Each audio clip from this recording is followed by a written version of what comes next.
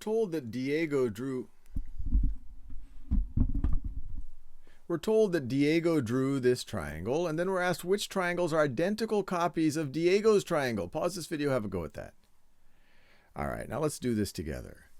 So they give us two of the angles and a side, and I think what we want to do is see that this side that has length 7 is between the 40-degree angle and the 60-degree angle.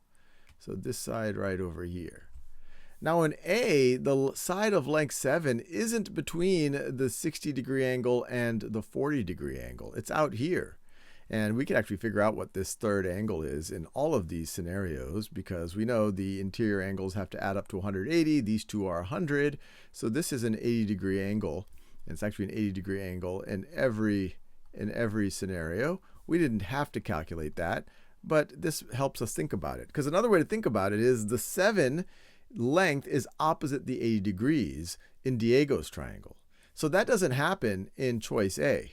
Opposite 80 degrees is some other side. The 7 is opposite the 40-degree angle. So I don't like choice A. Choice B, the 7 does indeed look like it is opposite the 80-degree angle. It's between the 40 and the 60-degree angle. That's also happening in choice C.